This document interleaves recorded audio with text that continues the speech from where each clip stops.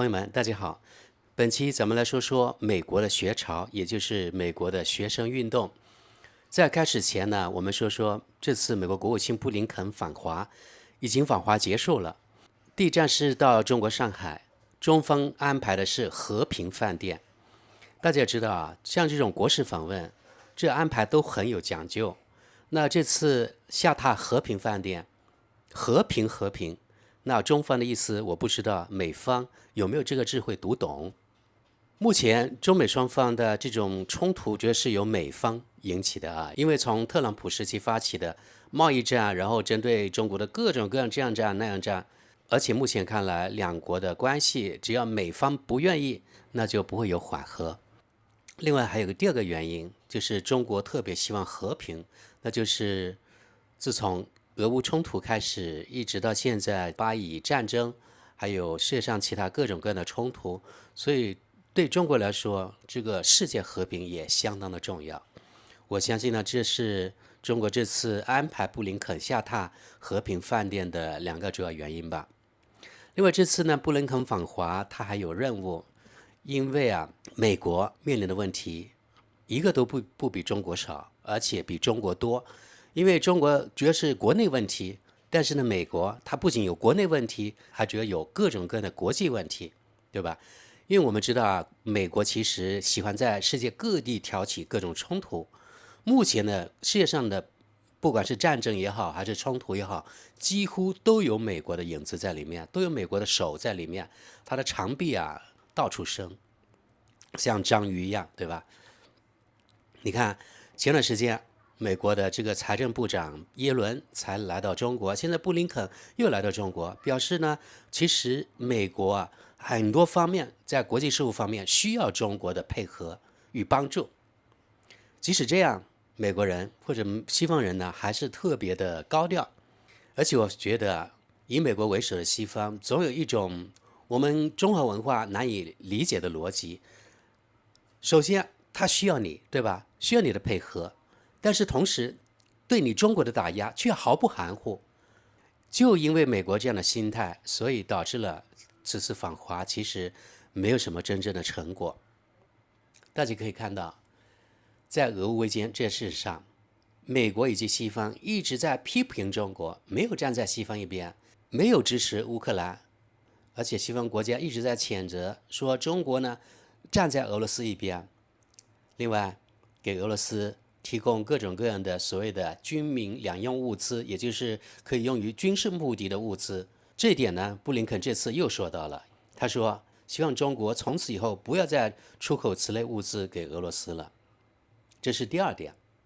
还有第三点，还说到了所谓的芬太尼的问题，要中国好好的管控芬太尼的出口。说到这点呢，我又觉得他们挺无耻的。美国还有西方的毒品，特别是美国的毒品失控了，对吧？它那个市场特别大，这不是中国的错啊。我举个很好的例子，就像我是卖菜刀的，对吧？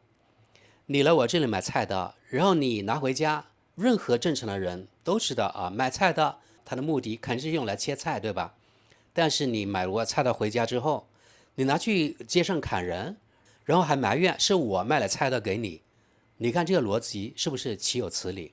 号称世界上最强大的国家，你自己管控不了你的毒品，然后还怨我提供这个芬太尼这种产品给你美国，你有种你不要从我进口啊，你自己生产啊，对吧？还有另一点，刚才说到，就是他需要中国的配合与帮助，但另一方面，在遏制中国、在恶心中国的时候毫不含糊。比如说这些年来，围绕中国这周边拉帮结派，就是为了遏制中国。你看，与什么日本呀、南朝鲜啊、澳大利亚，还有印度啊，反正很多的联盟。你看最近把菲律宾也拉进来了，当然对台湾也如此，对吧？向台湾提供各种各样的武器，甚至有一些攻击性的武器，要把台湾武装成带刺的豪猪，这是美方以及台方的说法。有些网上报道，甚至美国已经派遣了地面部队到台湾去了，帮助训练台军。还有最近上个礼拜，美国方面宣布在菲律宾部署中程导弹，而这个导弹呢，它的射程达到1000公里左右，也就是说，中国的预警时间被大大缩短了，这个对中国来说也是比较严重的一个军事威胁。你看，这就是美国的所作所为，一方面需要中国的配合帮助，另一方面打压中国、遏制中国毫不含糊。我们看美国军事基地的世界地图就知道，其实啊，美军基地是死死的掐住中国的啊，形成一种钳制中国的态势。你看，你美国都对中国做了什么，还需要中国配合你？难道中国就没有自己的国家利益了吗？所以此次啊，布林肯访华没有任何实质性的结果，那是美方应该早就知道的。你美国派1万个各种各样的部长来中国都没有用，因为你没有那个诚心。任何关系，不管是你两个人之间的私人关系，还是国家之间的关系，只有索取没有付出，哪有可能呢？对吧？我们说了布林肯访华，我们现在说到今天重要的话题，那就是美国学潮，也就是美国的学生运动。说到这点，我想起了1989年在中国北京发生的学潮。我觉得以美国为首的西方用到中国学潮上的任何的词语，今天用到美国身上毫不违和，所以我称之为美国学潮。我发现没有任何媒体把这次席卷美国各大学的这个学生运动称之为学潮啊，其实它就是一种学潮嘛。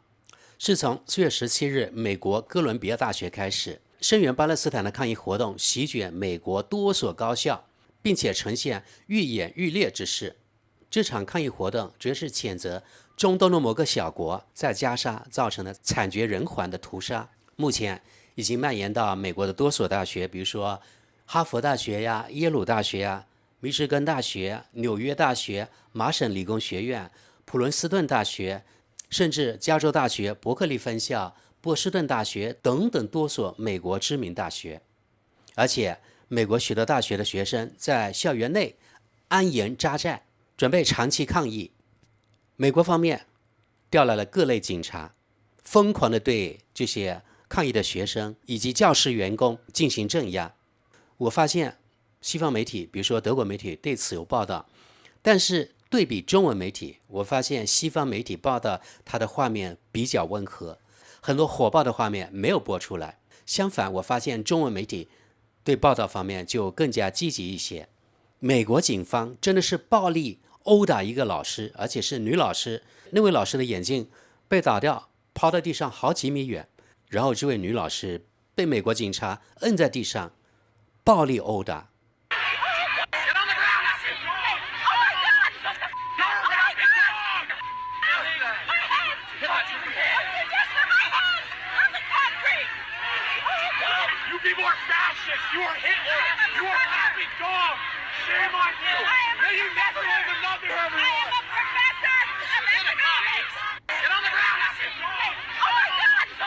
然后社交媒体上随处可见美国警察强硬处置学生运动示威的视频，有的警察拆除示威者搭建的帐篷，还有的警员呢对示威者真的是大打出手。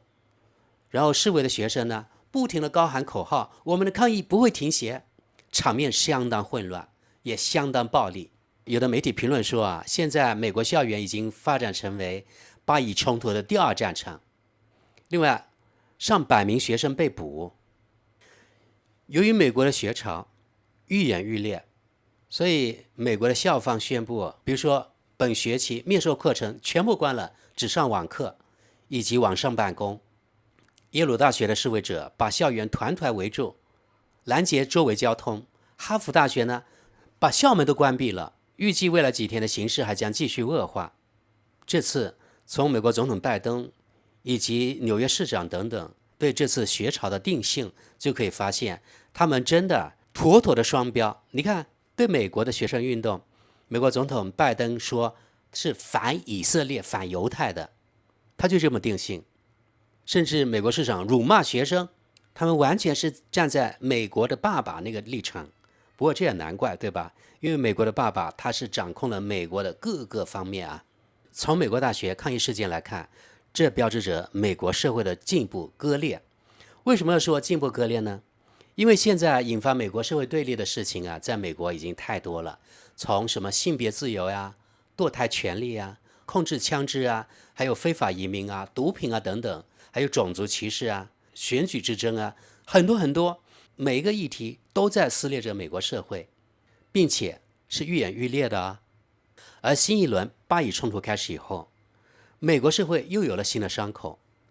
反以挺巴这个议题本来在美国呢不是什么热点话题，中东这个特别的小国，在美国相当于美国的爸爸，所以呢，在美国有极高的支持度，是罕见的美国民主党、共和党高度一致的事项。但是自从这个冲突开始以来，美国以及西方主要国家，他们都旗帜鲜明地站在这个特殊国家那边，所以让全世界都看清了，当然也包括美国的学生看清了什么是美国的双标。而这个双标现在正在反噬着美国，反噬着西方，成功的为美国社会埋下了又一颗定时炸弹。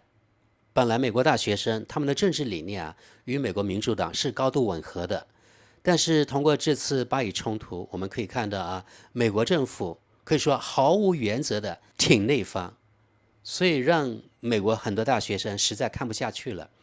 这次与以往还有一个不同的地方，不得不说与一个在美国非常受欢迎的软件有非常大的关系，那就是 TikTok， 对吧？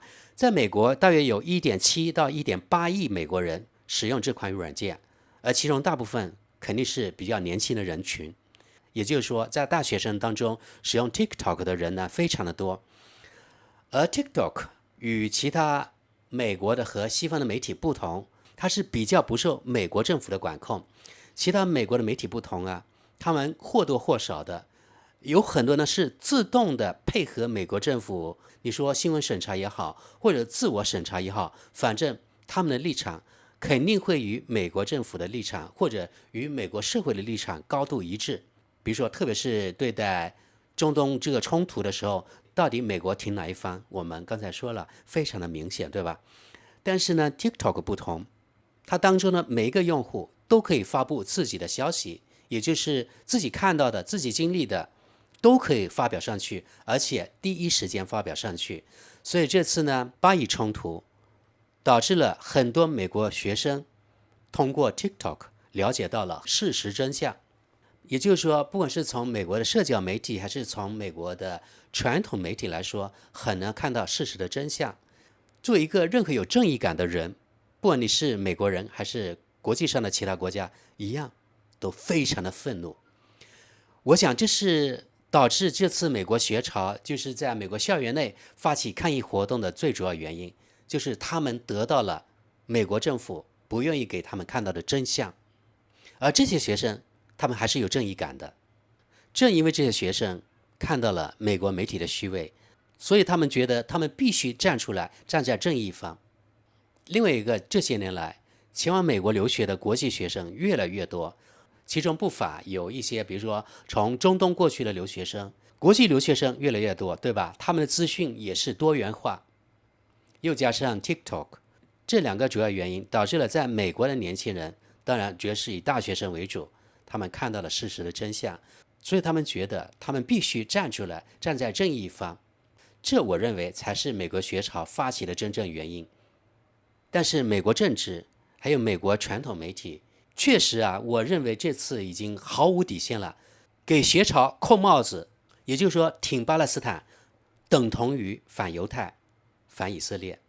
这个学潮目前看来还会继续下去。从这次美国的政治、美国的国家机器、美国的媒体等对这次学潮的定性和打压，让其他国家不得不思考以下问题，那就是美国它自诩为人类灯塔，对不对？它的民主自由可以说是天天挂在嘴上，而且它到处推销自己所谓的民主自由，甚至不法动用武力。过去1-20年来，为了推销它所谓民主自由，在世界上造成了多少生灵涂炭。所以让全世界人民现在又深思了，到底美国的民主自由是真的吗？第二个让全世界人们深思的，那就是美国有没有真正的言论自由以及新闻自由。你看美国大学生自发组织起来的挺巴勒斯坦学生运动，被美国扣帽子为反犹太，对吗？你看在美国，凡是挺巴勒斯坦的公开言论那些人受到什么样的惩罚？比如说，有美国大学的教授被解职的，还有现在学生运动被暴力镇压的。美国高端政客甚至发表了这样雷人的言论，说要派美国的国民警卫队来镇压。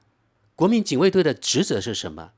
它是保护美国公民的，而现在要派国民警卫队来，用国民警卫队的枪口对准自己的手无寸铁的学生。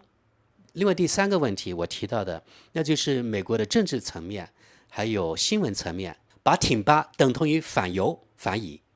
所以通过这次美国政府无情镇压美国大学的学潮，就可以发现，这是对美国向全世界推销的所谓的民主自由以及言论自由啪啪打脸，让全世界人民看清了美国的民主自由以及言论自由是皇帝新衣。最后我想抛给大家一个假设，一个问题啊，假设这次美国的学潮是发生在中国的北京，大家想想看，美国媒体、西方的媒体会如何去报道中国呢？我相信啊，西方媒体可能24小时不间断地进行线上直播了，对不对？但是我觉得更讽刺的是，有美国的政客在接受媒体采访的时候大言不惭地说，是中国在后面资助美国的学潮。朋友们，你们同意这样的说法吗？ Well, do you think there are other outside groups, leading this? Oh yeah. Don't be surprised if you actually look really deep into who's funding it, that the CCP is involved, that the Communist Chinese Party is involved in trying to destabilize it. That's right. Is there a way to confirm that? Yeah, I got some information that yes, that somehow through another organization, the CCP actually funds that organization who is funding these, these people, the disturbances, et cetera, et cetera. 还有，通过美国政府疯狂的镇压美国的学生运动，也就是美国的学潮。那你们现在对美国的民主自由以及言论自由又怎么看呢？好了，希望大家呢发表自己的看法。朋友们，我们现在来看一段德国主流媒体之一的《图片报》对此事的报道。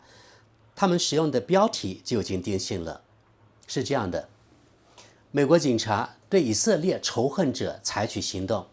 你看，定性为以色列仇恨者。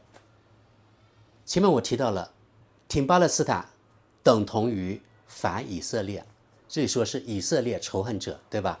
那网上的网友评论到底怎么样呢？他们同不同意德国主流媒体这样的定性呢？我们来看几条评论吧。比如说，这个网友说完全是片面的，为了什么呀？然后这个网友说，这就是这个国家向全世界推销它的民主。这个网友也说，这个报道太片面了。然后这个网友说，言论自由，谁还知道它的含义？然后这个网友说，为什么片面报道还是上面想要的？这个网友说啊，无法理解，你们也就是德国图片报的意思，你们是如何为以色列说话的？图片报这家媒体对我来说已经死了。这个网友说非常清楚，这个社会失败了。然后这个网友说，很明显，任何表达批评的观点就会被扣帽子为反犹。还有啊，这个标题又显示了你们的报道是如何的中立。他说，我觉得这样不好，非常明显，你们是想给观众灌输你们的意见。好了，大家可以看到，我刚才从上到下读的这几条读者评论，他们呢都不同意这个德国主流媒体图片报给他们的定性，对吧？这就是民意啊。